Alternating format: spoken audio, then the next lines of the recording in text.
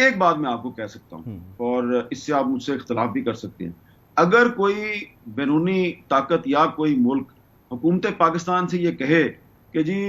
آپ عمران خان کو ہمارے حوالے کر دیں اور وہ 5 سال یا 10 سال کے لیے سیاست میں نہیں آئیں گے اور آپ ہمارے ساتھ ڈیل کر لیں،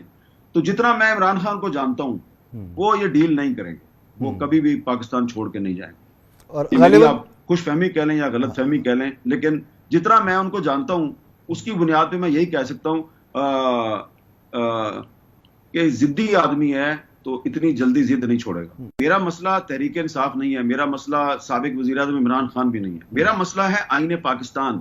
میں بار بار ایک بات ریپیٹ کر رہا ہوں، کافی دنوں سے میں ریپیٹ کر رہا ہوں کہ یہ 2023 ہے، 2023 1973 میں جو کانسٹیٹیوشن بنا تھا اس کی 50ویں سالگرہ کا یہ سال ہے، یہ اگست کے مہینے میں 50 سال پورے ہو گئے ہیں۔ تو آپ کیا سبق دے رہے ہیں ہماری نوجوان نسل کو، کیا آپ میسج دے رہے ہیں کہ آپ 90 دن میں الیکشن نہیں کرائیں گے تو اس آئین کا آرٹیکل 224 کدھر جائے گا؟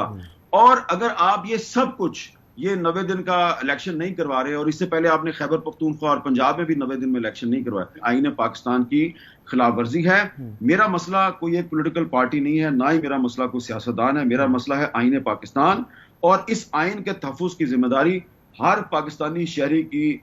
کا فرض ہے، اور میں سمجھتا ہوں کہ سپریم کورٹ آف پاکستان کی بھی یہ ذمہ داری ہے۔ 1999 میں پرویز مشرف صاحب آئے تھے نا، تو اسی طرح کا ایک اس وقت بھی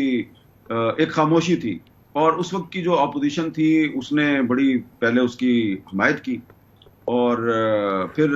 نواز شریف صاحب جو ہیں وہ جیل چلے گئے، اٹک جیل چلے گئے نواز شریف صاحب۔ 1973 کا آئین توڑا، یہ پھر بحال ہوا، تو آج بھی اس آئین کو توڑا جا رہا ہے۔ یہ آئین واپس آئے گا، بحال ہوگا، لیکن جن لوگوں کو صرف ایک پولیٹیکل پارٹی یا ایک سیاستدان کے ساتھ ان کی ذاتی یا قبائلی لڑائی شروع ہو چکی ہے، وہ اس آئین کی خلاف ورزی کر رہے ہیں، ان کا وہی انجام ہوگا جو پرویز مشرف کا ہوا۔ 1-1.5 سال کے بعد وہ ڈیل کر کے پاکستان سے باہر چلے گئے۔ پھر آپ کو یاد ہوگا پھر 2002 میں ایک الیکشن ہوا تھا، اس میں مسلم لیگ کاف کی حکومت آ گئی، اور جو قومی اسمبلی تھی وہاں پہ تو مسلم لیگ نون جو ہے وہ بس اس کی 17-18 سیٹیں تھیں۔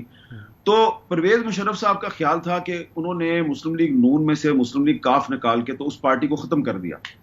اور اس کے بعد وہ کافی سال تک پاکستان پہ حکومت کرتے رہے۔ لیکن الٹیمیٹلی پھر کیا ہوا؟ الٹیمیٹلی حالات نے پلٹا کھایا، وہی پرویز مشرف جو ہے اس کو مسلم لیگ نون نے پیپلز پارٹی کی مدد سے ڈرا دھمکا کے اس کی کہا تمہاری امپیچمنٹ کریں گے، اور وہ بیچارہ جو ہے اس نے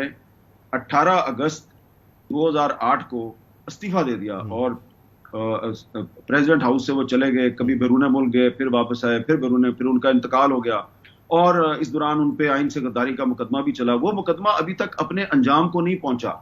اور جو اس دوران میں ایک 18ویں ترمیم ہوئی نا، سب جماعتوں نے مل کے ایک 18ویں ترمیم کی، اس 18ویں ترمیم نے جو آرٹیکل 6 ہے آئین پاکستان کا، اس میں یہ قدغن لگا دیا کہ اب کوئی ہائی کورٹ یا کوئی سپریم کورٹ کسی بھی غیر آئینی اقدام کی توثیق نہیں کر سکتی۔ تو یہ جتنے بھی یہ غیر آئینی اقدامات ہو رہے ہیں نا آج کل، اور اس سے بھی زیادہ آپ کر کے دیکھ لیں، یہ 18ویں ترمیم کے بعد پابندی لگ چکی ہے کہ آپ توثیق نہیں لکھ کروا سکتے کسی بھی عدالت سے۔ تو ٹھیک ہے، قومی اسمبلی نے اور سینٹ نے قانون پاس کر دیے، صدر نے اس پہ دستخط بھی کر دیے، لیکن آپ نے دیکھ لیا نا سپریم کورٹ نے ایک جو قانون ہے وہ تو واپس بھیج دیا نا، اس کو تو اڑا دیا نا۔ تو آپ دیکھتے جائیں، مجھے بڑی امید ہے کہ آئین پاکستان جو ہے یہ اس کے تحفظ کی ذمہ داری جو ہے وہ ہر پاکستانی شہری پہ بھی ہے اور سپریم کورٹ پہ بھی ہے۔ تو دیر ہوگی لیکن اندھیر نہیں ہوگی۔